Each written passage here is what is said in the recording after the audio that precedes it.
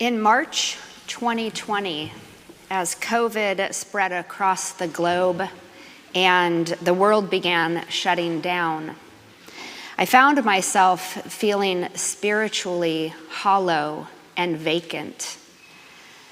The craving for connection and community and the longing to physically be in a sacred space with others seemed to intensify as each week passed. I attended Holy Week and Easter services that year online at Washington National Cathedral in DC and began, as a part of my spiritual practice, to listen to the sermons at the cathedral on my walks or when I was driving in the car. And one of the sermons that has stuck with me over the last couple of years was given by the Right Reverend Marianne Edgar Buddy, the Bishop of the Episcopal Diocese of Washington, D.C. She was also my bishop when I served at the National Cathedral School for Girls. Her sermon is titled, "Discovering the Gospel of Your Life." And in it, she asks a series of questions that she says we must explore if we want to live abundant and meaningful lives. Questions that, she says, inform and sustain us in life and even have the power to determine who we will wake up to be tomorrow. These are some of the questions she shared. First, as you think about the arc of your life, where might you put yourself on that arc? Are you at the beginning, in the middle, or coming to the end of your life? Where have you been and where are you going? And how aware are you every morning when you wake up that you don't have much time to waste? And then another series of questions. What do you love most about your life? What do you love best about being you? What are the things you love to do that make you lose all track of time? Who are the people that make your life and your heart sing? What things in your life give you a deep sense of purpose, that feeling of satisfaction, that feeling you have when the gifts you have been given are being put to good use? And what do you hope for and dream of for yourself and for those you love? And finally, turning to the title of her sermon, she invites the congregation to consider the central word of her sermon title, gospel. Noting that the word gospel derived from the Old English word good spell, meaning good story, and from the Greek evangelion, meaning good news, she poses these final questions. What is your good story? What is the good news you have to share? The good news you bring to others simply by being who God created you to be. The gospel reading for today includes Jesus' final instructions to his disciples. It is known as the Great Commission. Go, make disciples of all nations, baptizing them and teaching them to obey everything I have commanded you. Now, Matthew tells us that when the disciples first see Jesus in this final post-resurrection appearance, they worship him, but some doubt. Biblical scholars note that the Greek word for doubt here appears in the New Testament along with that verb worship only one other time, in the 14th chapter of Matthew, when Peter steps out onto the water and, frightened by the wind, begins to sink. Peter cries out, "Lord, save me." And Jesus reaches out his hand and catches him and then scolds him, saying, "You of little faith, why did you doubt?" And the other disciples, all watching this from the safety of the boat, proclaim, "Truly, you are the Son of God." In chapter 14, it's clear that the disciples are not yet ready to be on their own. Their faith in Jesus is still flimsy, and it's clear that Jesus has more teaching and preaching and healing and encouraging and empowering to do to prepare them for their greatest mission in life. 14 chapters later, in today's gospel, we see that the disciples are as ready as they will ever be. And yes, some of them doubted.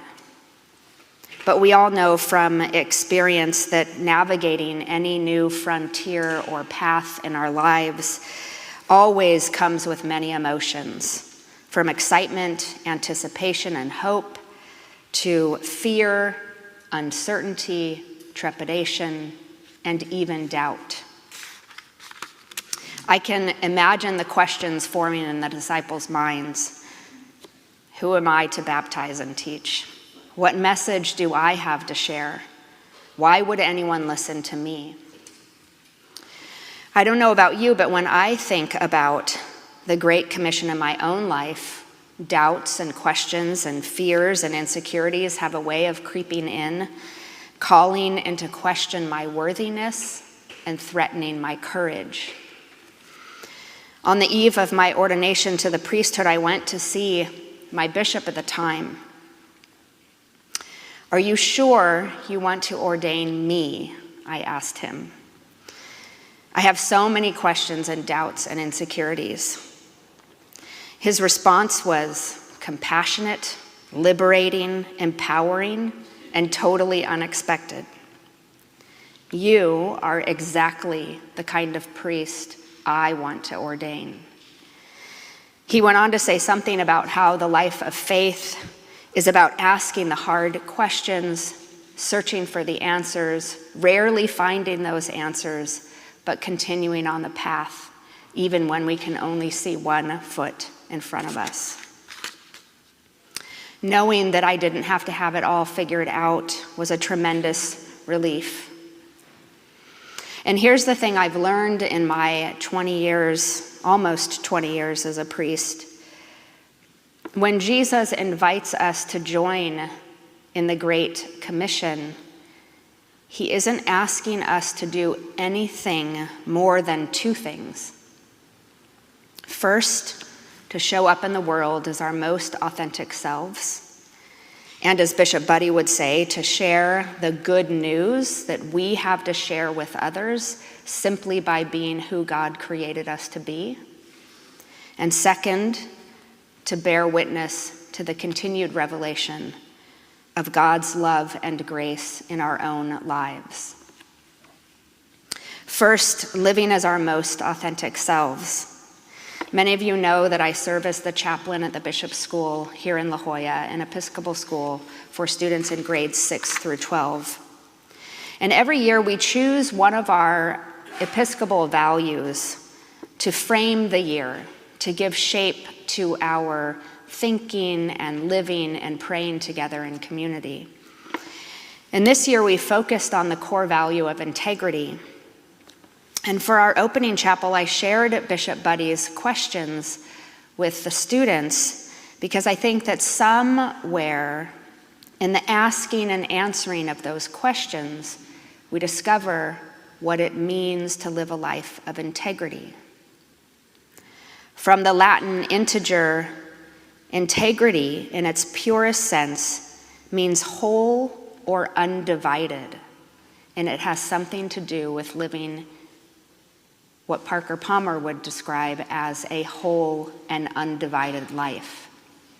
In his book, Parker Palmer says that our deepest calling is to grow into our most authentic selfhood, whether or not it conforms to some image of who we ought to be. He says, we each arrive in this world with gifts, and as a gift, we do not show up as raw material, waiting to be shaped into whatever image the world might want us to take.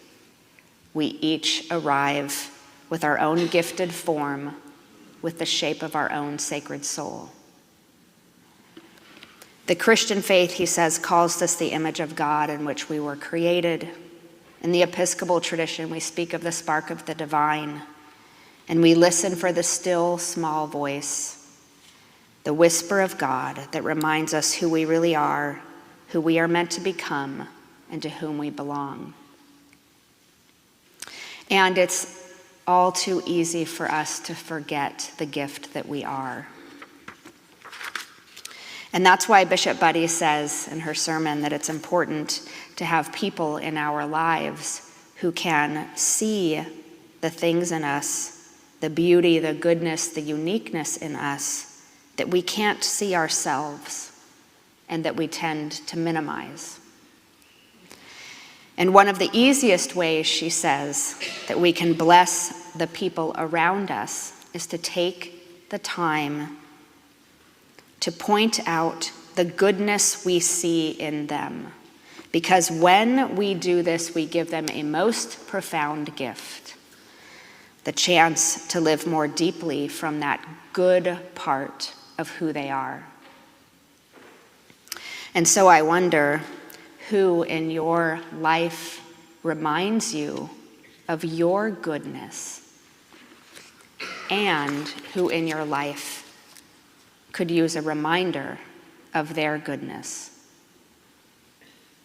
And what about Jesus' second invitation to bear witness to the good news of God's love in our own lives? As Christians, we know that the good news of Jesus doesn't end with these concluding verses of Matthew's gospel, but rather the good news continues to be written and revealed today. Jesus is a living text. He's not a thing of the past, a memory, an event, a figure in history, or a few epic stories written down on first-century papyrus. Jesus, as promised, is alive today, with us always, even to the end of the age, and he continues to reveal himself in our lives and relationships every day. Perhaps Jesus has shown up for you in the grace and forgiveness that has been extended to you when you least deserved it. Perhaps he has shown up for you in a moment of anxiety or worry or fear, and for no explainable reason, you've had a deep peace, a knowing that no matter what would happen, you would find shelter and rest beneath the wings of God's love. Perhaps Jesus has been present to you in the loving and reassuring words of a friend who reminds you of your goodness. Jesus is alive in you, in me, in us. He isn't above us or behind us or beneath us or before us, but within us and among us. And in this season after Pentecost, I pray that you would know and remember the gift that you are and the gifts that you bring. Amen.